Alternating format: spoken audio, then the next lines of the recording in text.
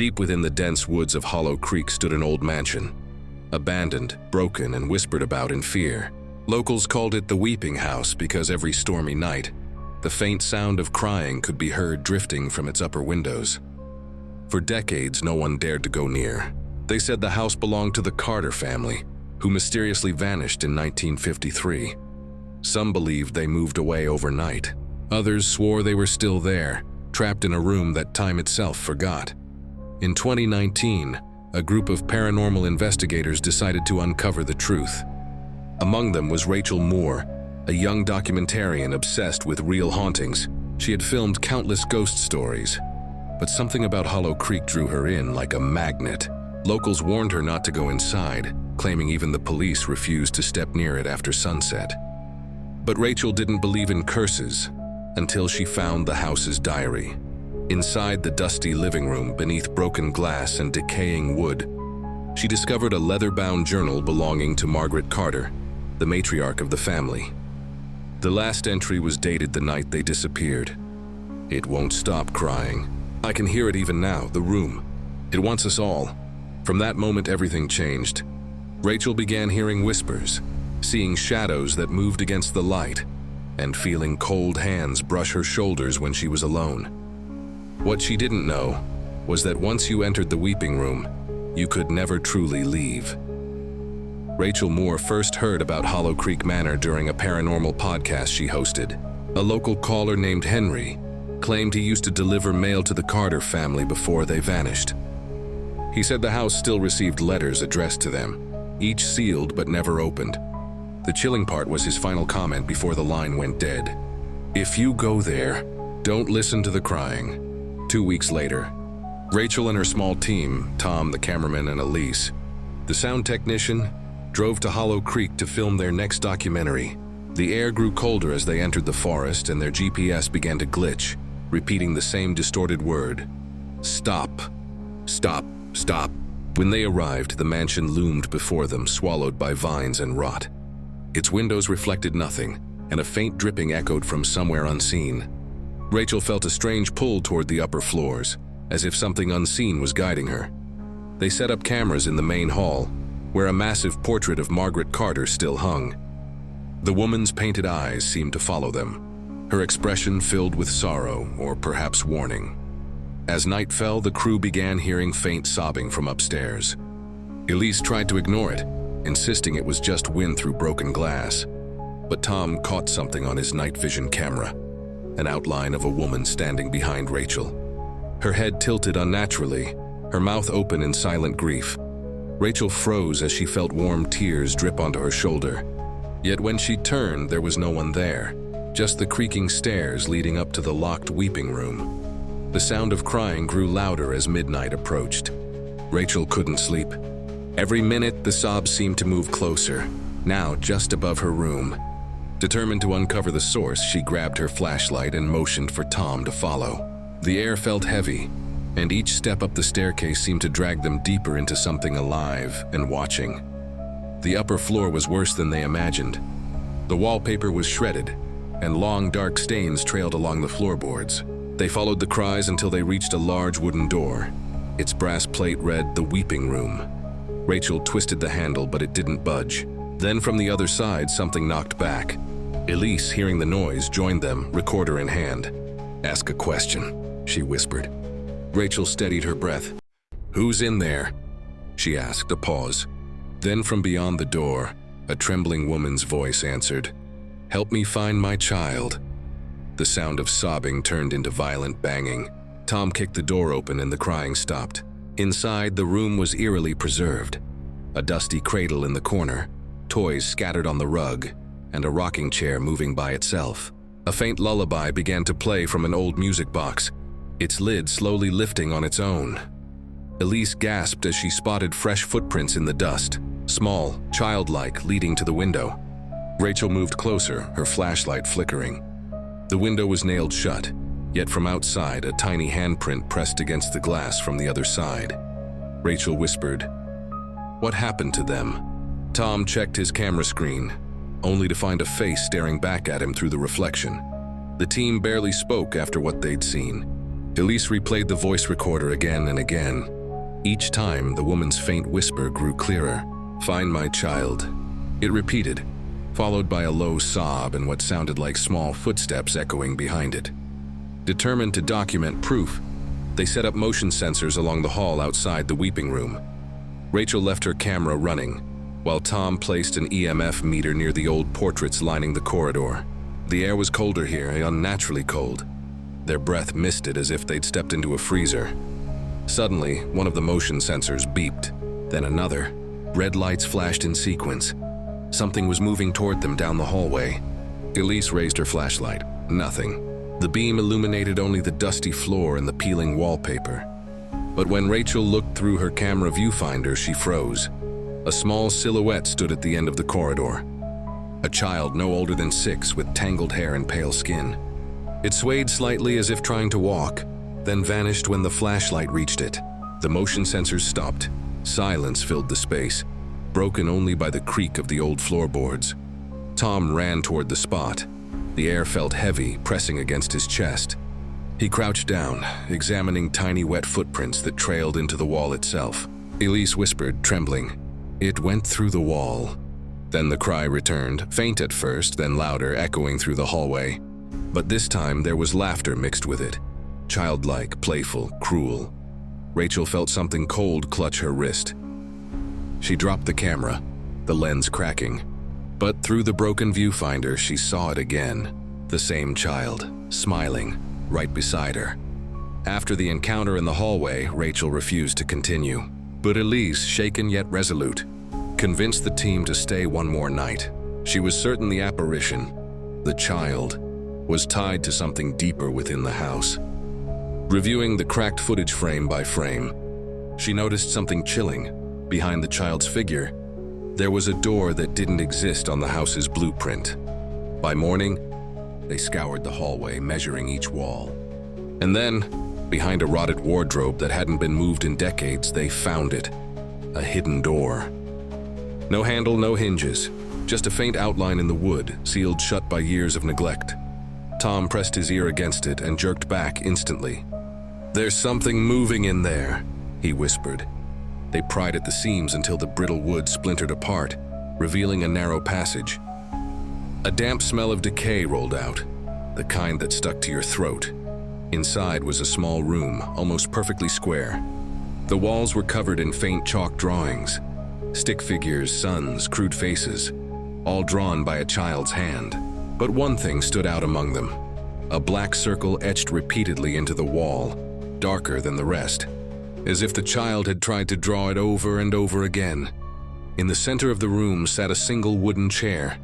On it, a tiny porcelain doll with one eye missing and a crude cloth dress stained with something brown and dry. As Elise lifted the doll, the air turned thick. Every candle in the hall flickered out at once. Rachel's camera turned itself on.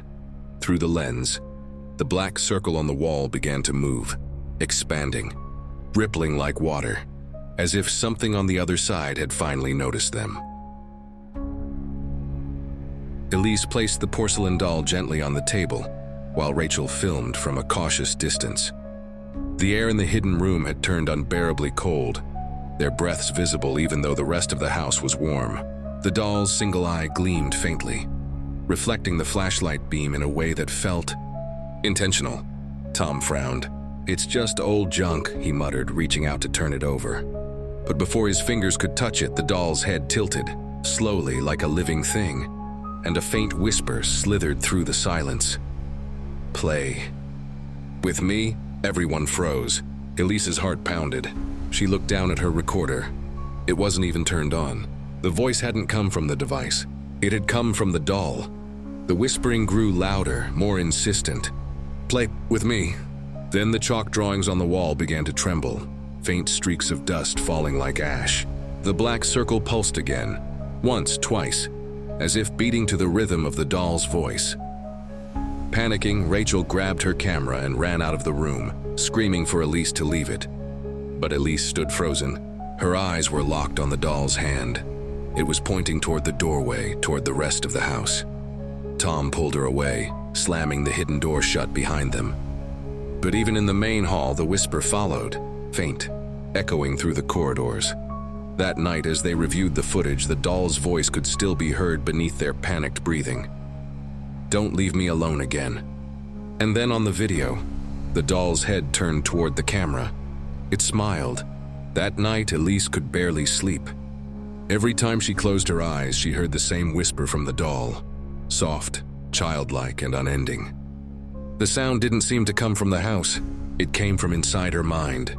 At 2:57 a.m., the camera they had left running in the hallway flickered on by itself. Its red light blinked steadily, recording an empty corridor. Then footsteps, slow, deliberate tapping across the wooden floorboards. When Elise awoke the next morning, she found Tom pale and shaking. "You need to see this," he said, holding his laptop. The footage showed the hallway dark and still, until the doll appeared. It wasn't on the table anymore. It was walking. The tiny figure moved stiffly, one step at a time, dragging its porcelain foot. It stopped in front of the bedroom door, Elise's door, and raised its head. Then came the whisper, "Let me in." The doorknob turned slightly, but the door never opened. At 3:03 a.m., the doll vanished from the frame. When they checked the hidden room, it was empty. The chalk drawings were gone, wiped clean, as if erased by unseen hands. But on the table, someone, or something, had scratched a new message into the wood. "She is awake." The group decided to leave that day, but Elise insisted on one more night. "If something wants to communicate," she said, "we should let it." Tom and Rachel refused. But that night, when the house went silent again, Elise set up her recorder beside her bed. At exactly 3 a.m., it clicked on by itself. The whisper came again, this time directly into her ear, "I missed you." The next morning, Elise didn't remember falling asleep. All she recalled was the whisper and a cold breath brushing against her cheek. When she checked the recorder, the audio file was nearly an hour long. But what chilled her most wasn't the whispering. It was the sound of children laughing. Not one child, several. Faint giggles, running footsteps, and a dragging sound across the wooden floor, like something heavy being pulled. The laughter stopped abruptly, replaced by a scream, Elise's voice. But she had no memory of screaming. When Tom and Rachel reviewed the footage, the camera showed Elise sitting upright at 3:10 a.m., eyes open, expression blank. Behind her stood the faint shape of a woman in a torn dress. The figure leaned closer until its face nearly touched Elise's. Then, the camera glitched, static filling the screen, and when it returned, Elise was alone. Tom tried to convince her to leave, but Elise refused. "It's not finished," she said softly. "The house remembers me." Later that day, they explored the basement again, searching for answers. In the corner, hidden beneath rotted boards, they found an old wooden chest. Inside were children's clothes burnt at the edges, and a cracked photograph of a family, parents and two young girls. The back of the photo read, "The Holloway family, 1923, Rachel gasped. "That's the same last name as the property deed." Elise turned pale. "And the little girl? She looks just like the doll." A cold wind swept through the basement, snuffing out their lantern.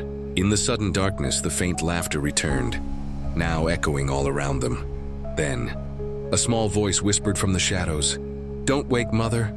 The basement fell into complete silence after the whisper, that terrible childlike voice echoing from nowhere. Elise's breath hitched as she clutched the recorder to her chest. Tom tried to turn on his flashlight, but it flickered violently before dying completely. Only Rachel's trembling phone light cut through the blackness. From the far corner of the basement came a low creaking sound, like old wood groaning under weight. Slowly, the air grew heavy, thick with the scent of burnt fabric and damp rot. Then they heard footsteps, soft, deliberate, approaching. Rachel aimed her light toward the noise. For a moment, there was nothing. Then the beam landed on a shape, a woman, her figure translucent and shrouded in darkness. Her hair hung in tangled strands, her face hidden. The same figure from Elise's dream, the same one from the photo. "Who are you?" Elise managed to whisper. The woman's head turned slowly, unnaturally, until her hollow eyes met Elise's. The walls began to shake. Tools clattered to the floor and a deep wail rose through the house like a storm. Then, in a voice that seemed to come from the walls themselves, The figure spoke. "You shouldn't have opened the chest." Tom grabbed Elise's arm, dragging her toward the stairs, but the door above slammed shut with a thunderous force. The basement trapdoor wouldn't budge. The laughter returned, louder this time, mixed with screams, whispers, and the sound of something crawling along the ceiling. Rachel dropped her phone. Its light landed upward, illuminating the woman's face, burned, scarred, and twisted in rage. Elise screamed as the ghost reached out, her hand brushing Elise's cheek, ice cold and real. "Mother is awake." The basement shook violently, dust raining down from the beams. Elise could feel the vibrations through her knees as she knelt, gripping the recorder like a lifeline. Tom pounded against the trapdoor until his hands bled, but it wouldn't open. Something was keeping them inside. Then every light source went out. Total blackness swallowed them whole. The only sound was their ragged breathing and the faint creak of the house shifting above.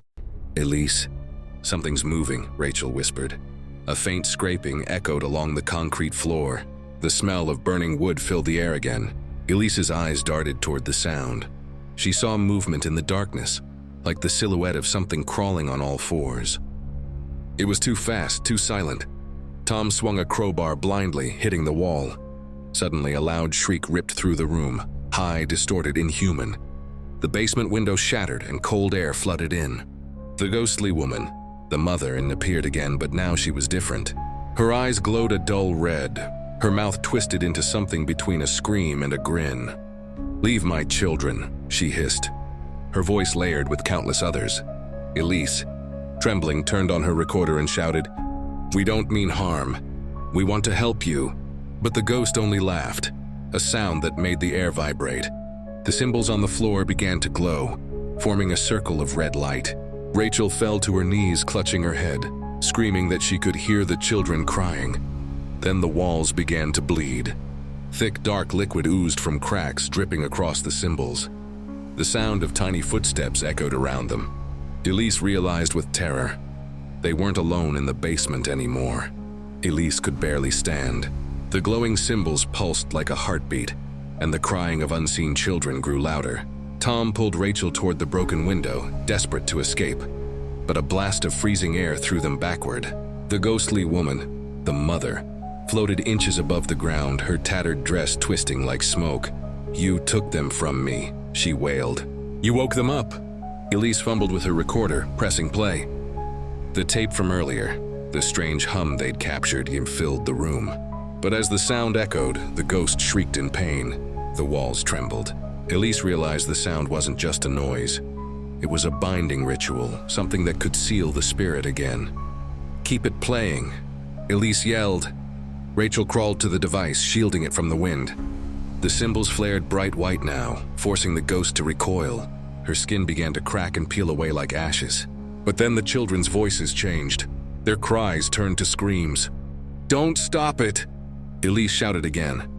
The room exploded with energy.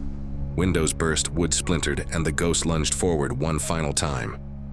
Her icy hand grazed Elise's throat before her entire form disintegrated into light. The basement fell silent. The tape clicked off. When the morning came, the house stood still, too still. The trio escaped, shaken but alive. Yet Elise's recorder, when replayed later, captured one last whisper amid the static. "She's still here." The house was condemned a week later. Locals claimed they still saw lights flickering in the basement at night, and sometimes, faintly, a woman's lullaby echoed through the empty street. Elise never investigated again.